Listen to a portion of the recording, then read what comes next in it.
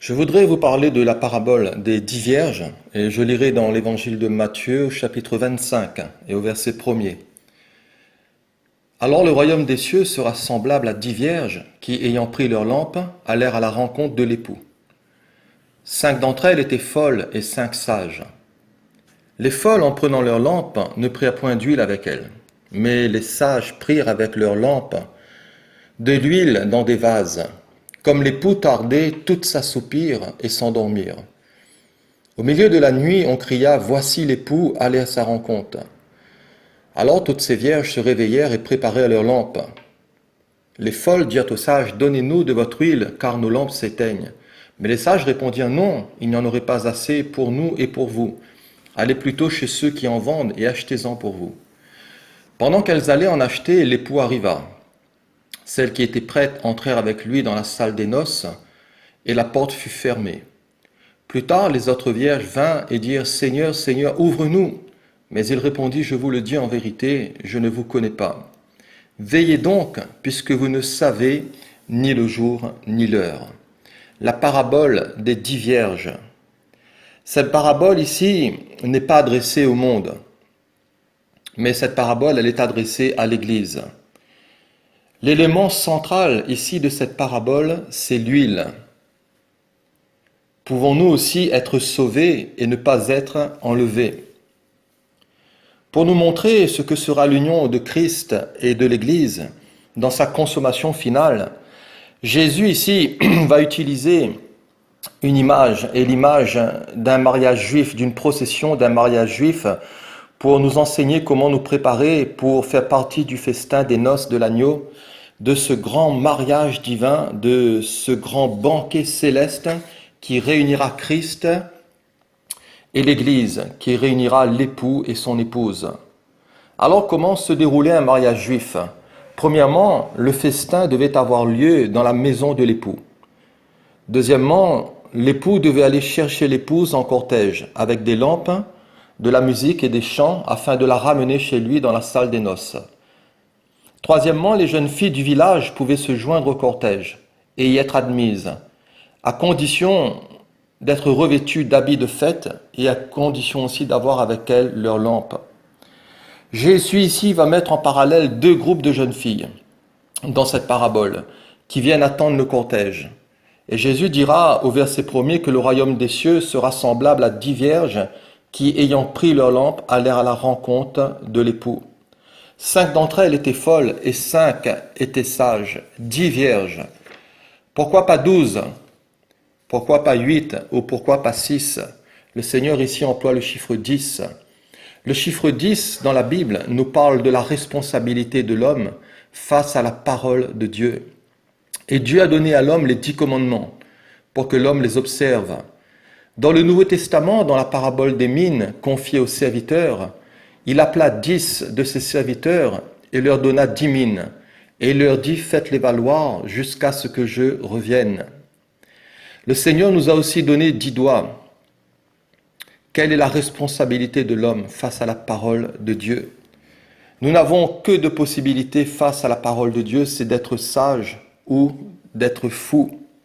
Et Jésus dira dans Matthieu chapitre 7, c'est pourquoi quiconque entend ces paroles que je dis et qui les met en pratique, il sera semblable à un homme prudent, c'est-à-dire à un homme sage, à un homme sensé, à un homme avisé qui a bâti sa maison sur le roc. La pluie est tombée, les torrents sont venus, les vents ont soufflé et se sont jetés contre cette maison. Elle n'est point tombée parce qu'elle était fondée sur le roc. Mais par contre, quiconque entend ces paroles que je dis, dira le Seigneur, et ne les met pas en pratique, sera semblable à un homme insensé, c'est-à-dire un homme fou, un homme stupide, qui a bâti sa maison sur le sable. La pluie est tombée, les torrents sont venus, les vents ont soufflé et ont battu cette maison. Elle est tombée, nous dit la Bible, et sa ruine a été grande. La responsabilité de l'homme face à la parole de Dieu consiste, voyez-vous, à garder l'enseignement de Dieu et à garder l'enseignement de Jésus, la parole du Seigneur. Si tu gardes cette parole va te garder. Ne garde pas autre chose, mais garde précieusement sa parole.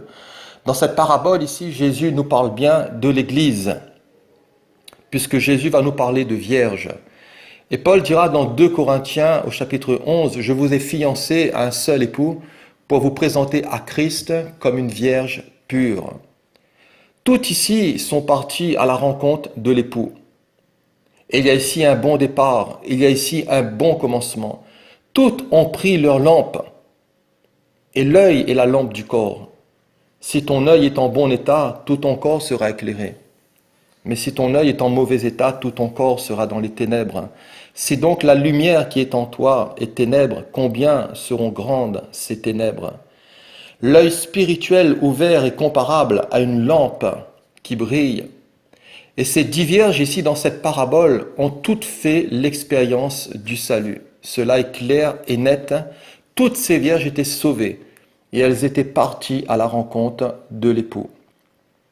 Mais c'est une chose que de partir à la rencontre de l'époux, c'est une chose que de commencer sa vie avec Dieu, c'est une chose que d'entrer par la foi dans la vie chrétienne, mais c'est tout autre chose que de continuer dans cette marche avec Dieu et de continuer à marcher avec le Seigneur, c'est-à-dire de se préparer, c'est-à-dire de se consacrer et de se sanctifier. Et pour tous ceux et celles qui marchent depuis quelque temps avec le Seigneur, ils savent de quoi je parle. Parce que la vie chrétienne, voyez-vous, c'est un combat. La vie chrétienne, ce n'est pas quelque chose de facile. Et c'est une chose que de démarrer avec le Seigneur. C'est une chose que de se positionner sur la ligne de départ. Mais c'est tout autre chose, voyez-vous, que de continuer de persévérer jusqu'au bout, fidèlement avec le Seigneur, selon sa parole, selon ses commandements et dans la fidélité à ses voies. C'est une chose que d'accepter Jésus comme sauveur. Et c'est une autre chose que de l'accepter comme Seigneur. Dans le Nouveau Testament, le mot sauveur, on le retrouve 24 fois. Et dans le Nouveau Testament, le mot Seigneur, on le retrouve 727 fois. Cette parabole ici, la parabole des 10 vierges, ne traite pas de la question du salut, mais elle traite de la marche avec Dieu et de la question de la marche avec Dieu et de la préparation avec Dieu. Cette parabole ici ne traite pas de la question du salut, mais de marche avec Dieu et de préparation avec Dieu. 5 folles ici et 5 sages, 2 attitudes, 2 comportements face à la parole du Seigneur. Au verset 3, les folles, en prenant leur lampe, ne prirent point d'huile avec elles, mais les sages prirent avec leur lampe de l'huile dans des vases. L'élément essentiel ici de cette parabole, c'est l'huile. Et la version parole vivante dira que les folles avaient bien pris leur lampe, mais elles n'avaient pas pensé à emporter une réserve d'huile. Mais les sages prirent avec leur lampe de l'huile dans des vases. Les 10 vierges avaient bien reçu l'Esprit de Dieu, et les 10 vierges avaient bien toutes de l'huile. Mais il y avait un problème. Il y avait là une difficulté. Où était le problème? Le problème ici dans cette parabole, c'est dans les réserves. Et le problème ici se trouve dans les provisions. Au verset 8, les folles dirent aux sages, « Donnez-nous de votre huile, car nos lampes s'éteignent. » Donnez-nous de votre huile, car nos lampes s'éteignent. Donc si les lampes s'éteignent, c'est qu'elles étaient bien allumées. Donc elles avaient de l'huile au commencement. Mais voyez-vous, ces vierges folles, elles n'ont pas fait de réserve. Elles n'ont pas eu de provision. Et la Bible nous dit dans Proverbe 6, « Va vers la fourmi paresseux et considère ses voies et deviens sage. Elle n'a ni chef, ni inspecteur, ni maître. » Mais elle prépare en été sa nourriture, et elle amasse pendant la moisson de quoi manger. Et le Seigneur ici nous renvoie vers un tout petit insecte pour nous instruire dans le fait de faire des provisions. Ayons de bons stockages de la parole de Dieu dans notre cœur. Ayons de bons stockages du Seigneur dans nos vies, dans nos âmes, face à ces temps mauvais qui sont là et qui vont s'amplifier. Faisons le plein du Seigneur. Ne nous privons point de sa grâce. Ne nous privons point de sa présence, de son esprit, de sa communion. Le Seigneur a dit à Marthe, « Mais Marthe, tu t'inquiètes et tu t'agites pour beaucoup de choses. Une seule chose est nécessaire. Marie, elle a choisi la bonne part qui ne lui sera point ôtée. Et la bonne part, c'est d'être à l'écoute du Seigneur. La bonne part, c'est de boire au torrent de ses délices. C'est nous abreuver au torrent de sa grâce, de ce fleuve de l'Esprit qui coule. La bonne part, c'est d'être au pied de Jésus.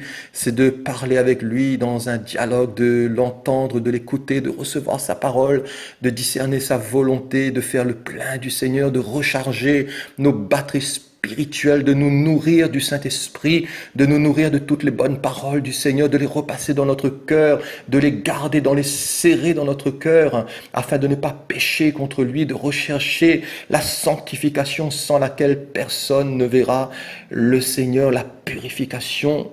Enlevons de nos cœurs les interdits, enlevons de nos cœurs la rancune, la méchanceté, la grivoiserie, les disputes, les rixes, les cabales, la haine. Enlevons de nos maisons tout objet interdit. Ne perdons plus notre temps avec des frivolités, des stupidités, de l'amusement, du divertissement. Et le diable, voyez-vous, amuse beaucoup de chrétiens. Et beaucoup de chrétiens perdent encore leur temps, leur vie, voyez-vous, dans des divertissements, dans de la ripaille, dans de la fête, dans des plaisirs, dans de la java, dans toutes sortes de danses, de stupidités, de plaisirs, d'amusement, de fêtes, de bals, de ripaille. Jésus revient bientôt. Est-ce que si tu seras dans cette condition de fête, à t'amuser, à danser, à faire la fête, tu crois que tu vas entendre le son de la trompette? Tu ne l'entendras pas. Tu vas entendre le son de la musique de ce monde, tu vas entendre les plaisirs de ce monde, mais tu seras confus, confuse, parce que tu ne t'auras pas préparé. Jésus revient bientôt, et la Bible nous dit, prépare-toi à la rencontre de ton Dieu. L'élément essentiel ici de cette parabole, c'est l'huile. Et à Timothée, Paul l'exhorte à ranimer le don de Dieu, c'est-à-dire à raviver la flamme que Dieu avait déposée en lui, en prenant bien soin du don du Saint-Esprit. Aux Thessaloniciens, l'apôtre Paul leur dira « N'éteignez pas l'esprit ». N'éteignez pas l'esprit. Et dans le grec, cela signifie « N'étouffez pas l'esprit », c'est-à-dire n'entravez pas sa marche en vous, n'entravez pas l'action du Saint-Esprit en vous. Ne le gênez pas, ne le bloquez pas, ne l'empêchez pas de vous éclairer, d'agir au-dedans de vous. Et comment pouvons-nous étouffer le Saint-Esprit? Nous pouvons étouffer le Saint-Esprit par une chair non crucifiée. Et dans Galates 5, il nous est parlé des œuvres de la chair et de la vie de l'esprit. Et voyez-vous, ce sont deux mondes complètement opposés.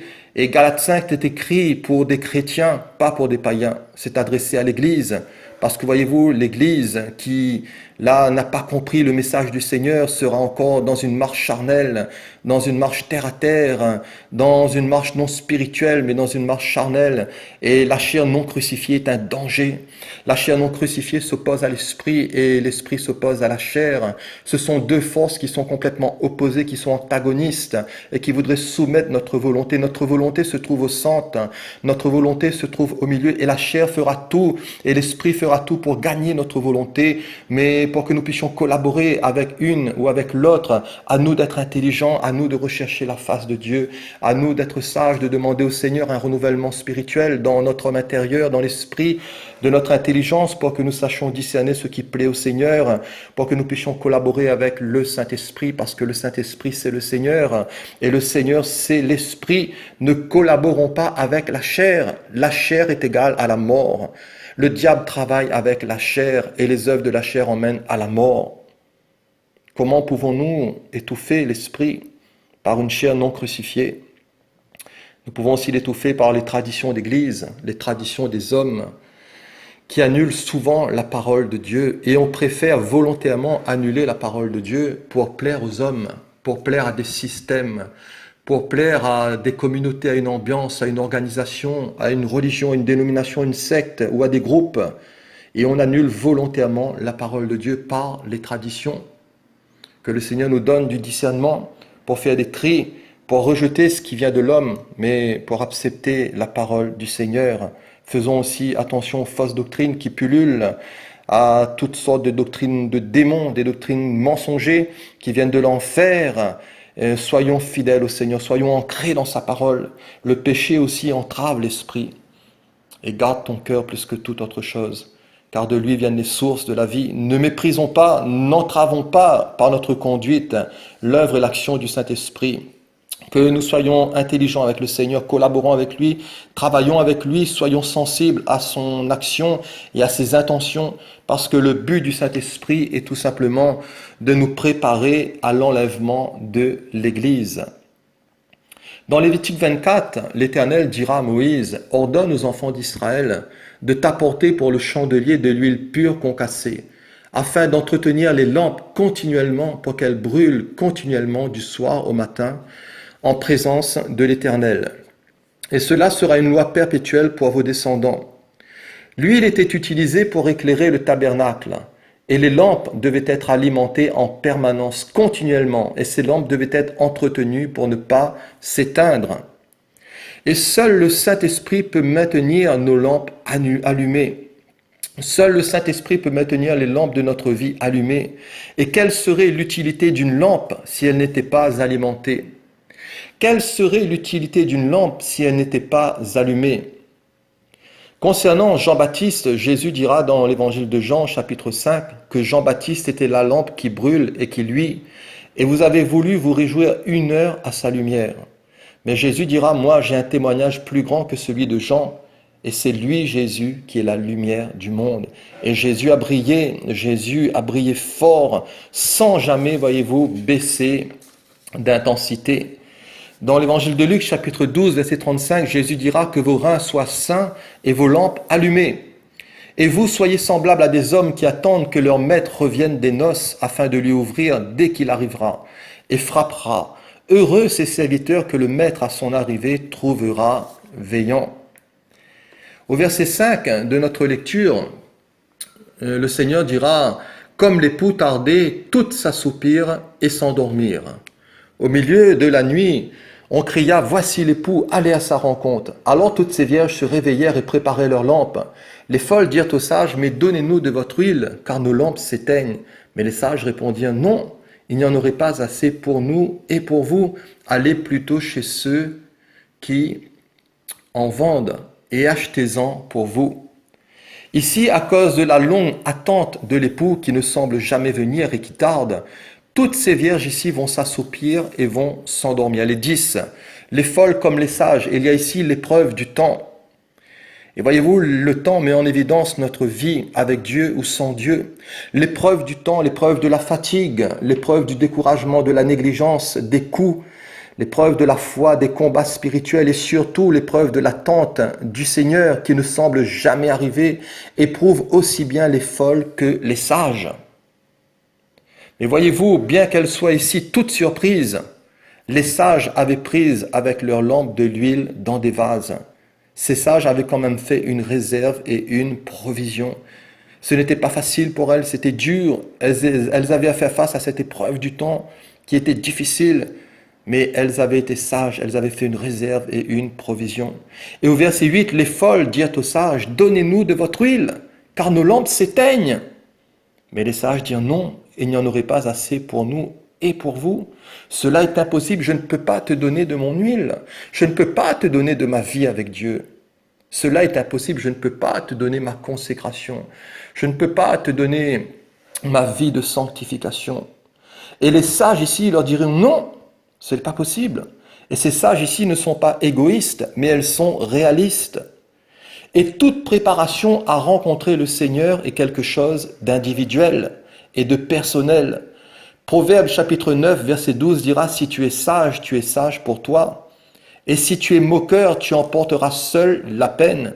Et chacun sera seul, voyez-vous, à se blâmer. » Chacun est responsable de sa vie avec Dieu, de sa marche avec Dieu, de sa consécration avec Dieu, de son temps passé avec Dieu. Et l'état de préparation spirituelle ne se transfère pas d'une personne à une autre. C'est quelque chose de personnel.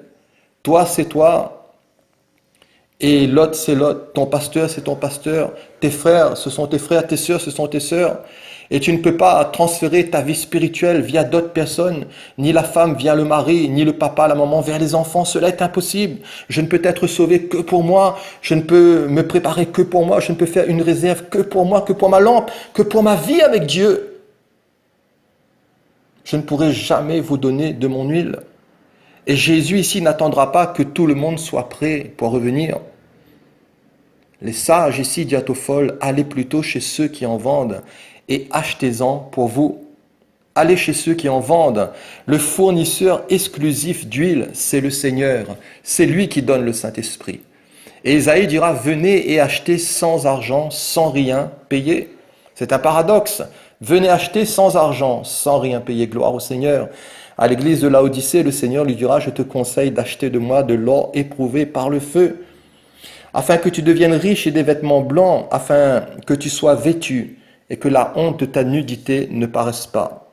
Et un collier aussi pour oindre tes yeux, afin que tu vois. Qui veut acheter de l'huile? Et qui veut acheter de l'huile à temps? Ne faisons pas ici comme ces vierges qui ont voulu compter sur les autres au moment critique. Ne faisons pas ici comme ces vierges folles qui ont voulu compter sur les vierges sages au moment critique, mais soyons branchés à la source, renouvelons nos forces en lui, puisons nos forces en lui, puisons nos réserves dans le Seigneur et dans personne d'autre, dans sa présence, dans sa gloire, dans sa communion, dans son esprit. Le Seigneur veut te désaltérer. Le Seigneur a dit que si quelqu'un a soif, qu'il vienne à moi et qu'il boive. Celui qui croira en moi, des fleuves d'eau vive vont couler de son sein, vont couler de son cœur, de son âme, de son intérieur, de sa vie.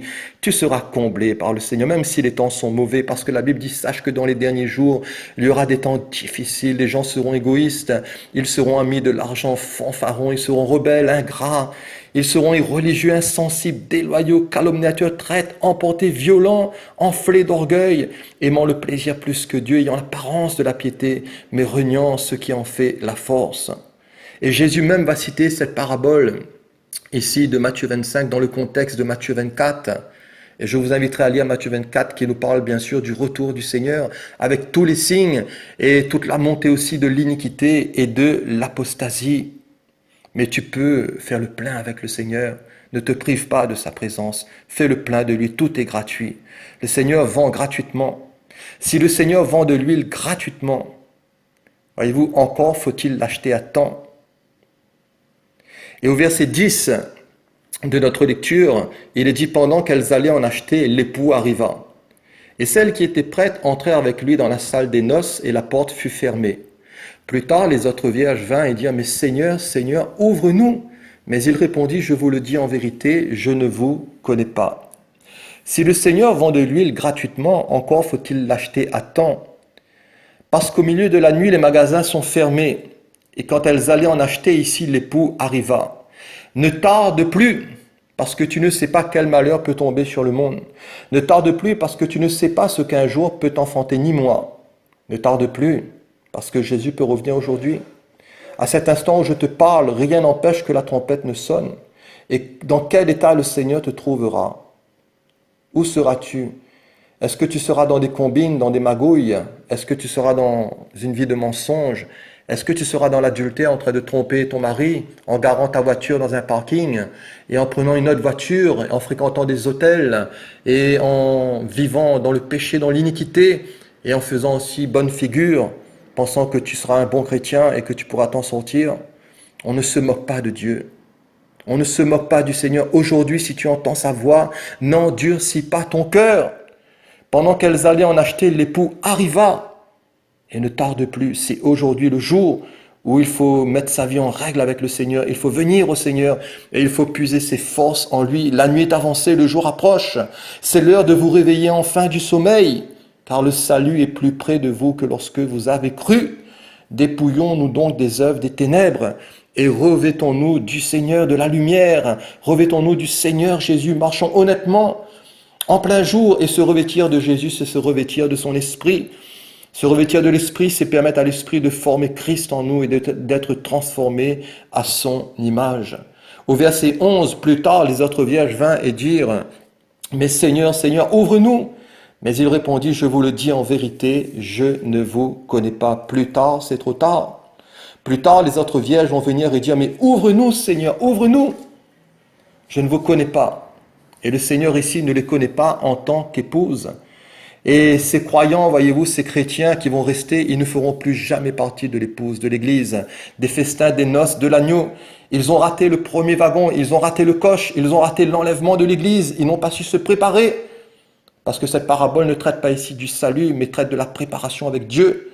Et ils vont rester, voyez-vous, et ils vont payer cher. Et ils vont passer par la tribulation. Que se passera-t-il après l'enlèvement ? La tribulation. Et c'est dans cette période ici de la tribulation qui seront des temps difficiles que beaucoup de chrétiens qui vont rester vont se réveiller. parce qu'ils ont raté l'enlèvement de l'Église, parce qu'ils n'ont pas su se préparer, être sérieux avec le Seigneur, c'est là qu'ils vont prendre conscience que quelque chose s'est passé. Et cela va avoir lieu dans le monde entier, mes bien-aimés. Beaucoup de chrétiens vont rester, beaucoup de chrétiens vont avoir leurs yeux juste pour pleurer. Il va y avoir des pleurs, des grincements de dents en disant « Mais Seigneur, Seigneur, viens me prendre, je ne veux pas rester, viens, pardonne-moi. » Mais le Seigneur dira « Je ne vous connais pas, je ne vous connais pas en tant qu'épouse. Je ne vous connais pas en tant qu'épouse. » Et c'est là que beaucoup vont se ressaisir afin d'être sauvés. Mais à quel prix? Au prix de leur vie.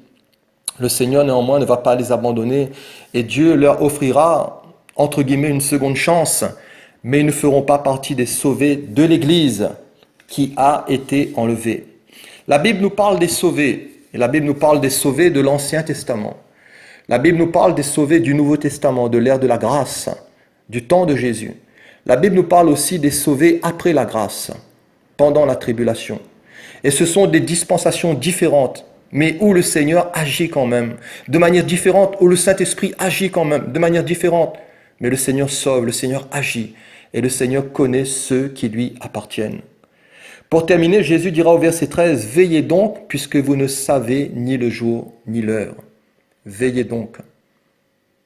Veillez et priez afin d'avoir la force d'échapper à tout ce qui va survenir. Tout peut se passer très vite, les choses peuvent s'accélérer. Nous vivons des temps prophétiques intenses. Jésus est à la porte.